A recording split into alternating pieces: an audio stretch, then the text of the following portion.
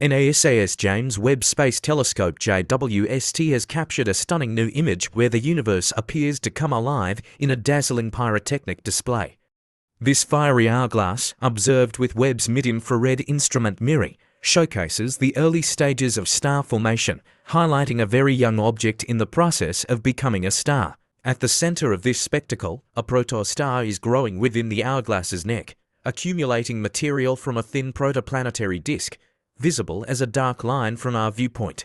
This protostar, a relatively young object at approximately 100,000 years old, remains surrounded by its natal molecular cloud, a vast region of gas and dust.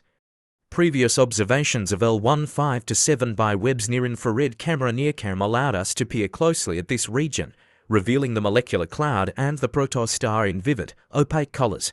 Both NIRCam and MIRI highlight the effects of outflows emanating in opposite directions along the protostar's rotational axis as it consumes gas and dust from the surrounding cloud.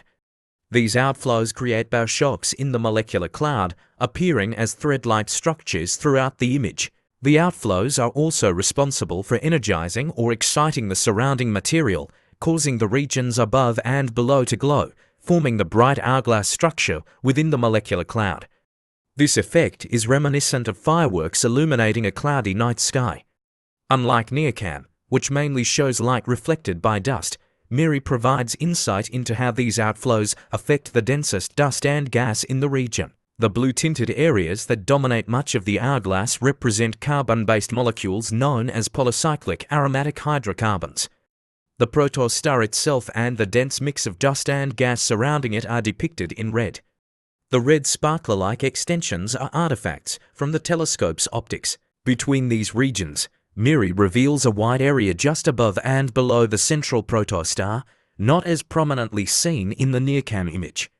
This zone contains a mix of hydrocarbons, ionized neon, and thick dust, indicating that as the protostar consumes material from its disk, it expels this matter far from itself. As the protostar continues to age and emit energy jets, it will consume, destroy, and disperse much of the surrounding molecular cloud. Consequently, many of the structures we see today will begin to fade.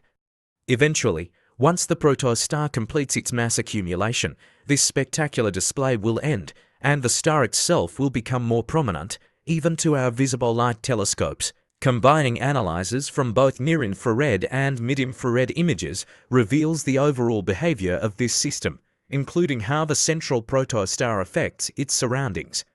Other stars in the star-forming region of Taurus, where L15-7 is located, are forming similarly. This process can lead to the disruption of other molecular clouds, potentially inhibiting the formation of new stars or catalyzing their development.